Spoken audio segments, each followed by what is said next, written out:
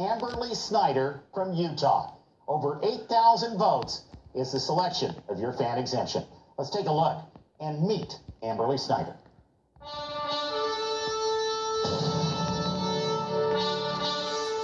I was on my way to Denver for the stock show.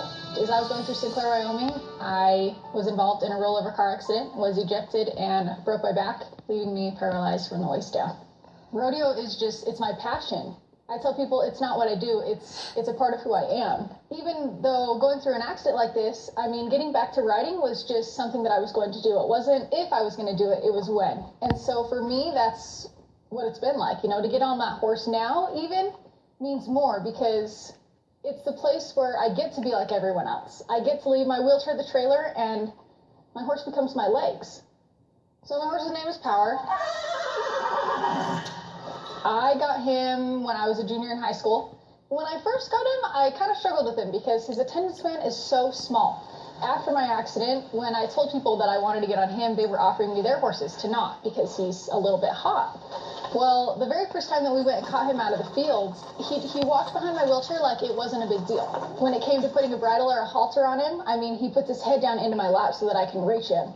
It's like he was born for this. He was just natural at dealing with this situation, and he's been like that the whole time. Now, when I'm on his back, he knows his job, but he definitely knows that he needs to take care of me. I mean, I can run that horse on any ground, in any situation, and I know I'm going to be okay. And that's pretty special with the barrel horse, because sometimes you have to worry, but not with him. I mean, I'm always totally safe on his back, and he always takes care of me no matter what situation we're in. My family is competitive, very competitive. My dad was a Major League Baseball player for 8.5 years, so, I mean, it runs in our blood to be good at what we do. That's definitely been one thing that I've learned from my family as a background, is just, if you want to do something, be willing to work hard. My mom always tells us, hard work beats talent when talent doesn't work hard. So we've always learned that if we want to be good at something, we're going to need to work hard to do it. And that's how it's been. If I was given the opportunity to run in the American, I don't even know if there are words to explain how excited I would be to do that. That was something that isn't really within my reach, I thought, right now. I mean, I don't have my pro card and I'm not pro rodeoing yet, so, you know, that was a goal that I've had, but I just didn't know when I was going to be able to accomplish that. And then when I heard about the fans exemption and heard that my name was put on the list of potential people to be there, I mean, just completely thrilled. Completely thrilled and blessed for the opportunity that I'd be able to go down there and compete.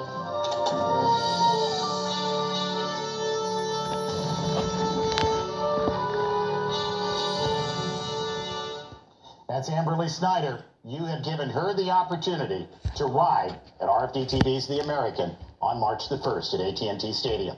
Joining us in studio tonight as we get ready to take your phone calls later on in the course of our program, here is Amberley Snyder sitting next to us. Amberley, you just had a chance to watch yourself relive your story. A lot of people decided they wanted to see you have the opportunity to compete at The American. This has been kind of a roller coaster ride for you a little bit with all of this, hasn't it? Yeah, there's definitely been some ups and downs and some hard times and some amazing times. But to be here now is something that I would have never even dreamed about doing at this point in my life, and yet here I am. I get this opportunity because of the fans. I'm curious, as you watch that piece that we just showed, as you see yourself, as you look at the pictures of the truck the night of the accident, what goes through your mind today after all that you have accomplished since that horrible night?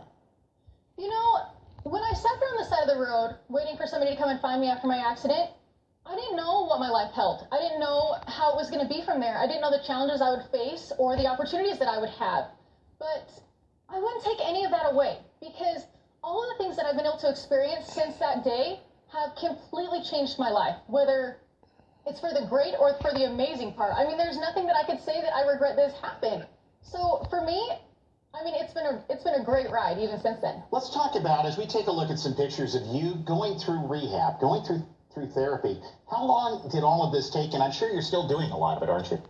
Yeah, I do therapy at home by myself. I have a standing frame that I can stand in every day, and then riding is a lot of therapy. So between what I can do at school and what I can do on my horse, I'm doing therapy still. There are a lot of people who are going to be surprised as we go through this, watching and hearing about the things that you have done in college rodeo. You both breakaway rope and barrel race, and You made a comment in the piece that we just watched. Your horse has become your legs. It really has. I mean, my horse has completely taken on this entire situation. Amazing. I mean, he just takes care of me. I get on his back, and he doesn't want any other horse even near me. He likes to just, I'm like his precious cargo, and he just takes care of me no matter what, and become my legs even though I'm in a wheelchair. Taking a look at you making a barrel racing run. Tell me where this is, and talk to me a little bit about what we're seeing right here. So this is a run that I made at the IMPRA finals on a horse named Wally. I was trying him out from Oregon, and hopefully one day he'll be in my barn. But that horse, I mean, I'd only ridden him a couple times, and yet he went out there and completely took care of me. Horses are so special, yeah. And he's definitely one of those, Power and Wally. That's not your number one. Your number one is a big black horse that we'll have a chance to watch as the night goes along. His name is Power. You come from a competitive family. And I'm curious how much that has to do with your can-do attitude. Your dad, as you mentioned, was a Major League Baseball player, almost 10 years, a left fielder for several different franchises. Talk about him and his influence. So my dad did play in the major leagues for 8.5 years, and that influence has played a role in how much I work hard and how competitive I can be. I mean, the perseverance and dedication you have to have in any professional sport plays a role. So growing up, my dad always told us, you know, you go out and you do your best and you should probably win. So for me, that's how it's been from the beginning, and my mom has been the biggest supporter throughout that as well. When it came time for you to get back on a horse, you told me on our radio show this afternoon on the Western Sports Roundup radio show, it was about 4 months from the accident until the time you got back on. What was that like the very first time? The very first time that I got on actually was one of the hardest times of my life, because that very first time that I sat on my horse's back, I realized that this situation was different and that no part of my life would be the same. So from there, I really had to decide that I was going to move forward no matter what I was in. That's you barrel racing on your big black horse named Power. That's the big guy that I was talking about, 17 hands high. Where was that run? That is in Logan, Utah. So that's actually where I'm going to school at Utah State University, and that's our hometown pen right there. And he loves that pen. It's fun to be able to ride in the places that you love. You were involved very heavily in FFA, as a matter of fact, up until and I think after your accident, right? Yes. I was serving as Utah State FFA president in 2009, and I got in my wreck in January of 2010, so I completed my year in a wheelchair. FFA is pretty important to the folks at RFDTV, and you had a chance to meet the founder of RFDTV, Patrick Gotch, and told him that you were actually on, I think, an RFDTV float in a parade once upon a time. I was. The Rose Bowl parade, the year of my accident, actually, I spent in California at the Rose Bowl parade, and it was kind of a crazy thing because I rode through that parade on the float versus walking, and so it's kind of an interesting symbolism when I look back on it now that I spent even that moment right there sitting down, which it was great either way. We're talking with Amberley Snyder, who is the fan exemption for RFDTV's The American. She will be competing on March the 1st at AT&T Stadium, and I just want you to kind of wrap your mind around this. You get to ride alongside people like the world champion Fallon Taylor, who we'll meet later on. You get to ride alongside some of the legends. You get a chance to maybe win $1 million, and a lot of people put you there, a lot of fans, and maybe 80,000 people will be in the audience watching you. Other than that, no pressure. Yeah, we probably should talk to Power about he really needs to step it up that day because he needs to go in and make a run. Tell me about your horsepower. So Power I've had for quite a few years now, and when I got him, we kind of butt heads.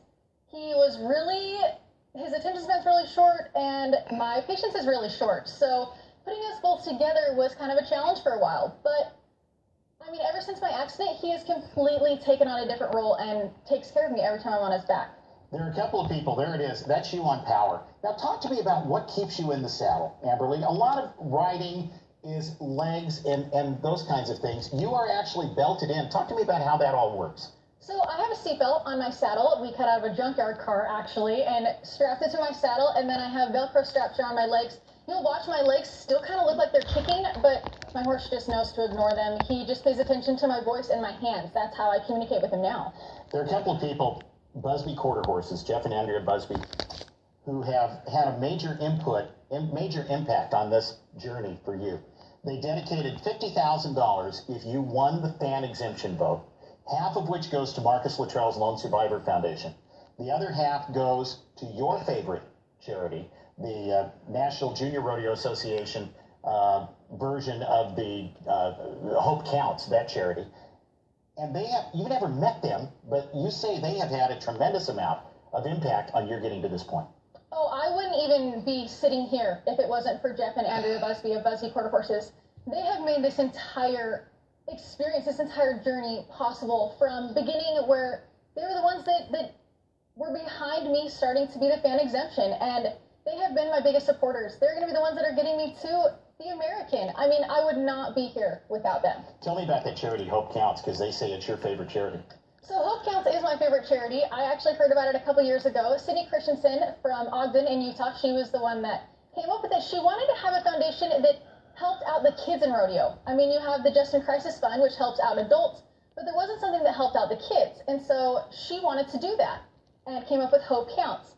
They approached me last year at the National High School Finals while I was there speaking and asked me if I would be a part of it and keep a blue feather in my hat, and I've done it ever since.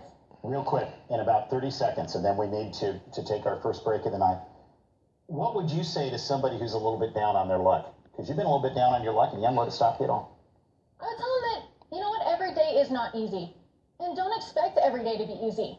But keep going. What is most important is that every single day you get up and get out of bed. If you do that, you're already accomplishing something. And you should really look at those small accomplishments as something that's amazing, because at least you're keep going.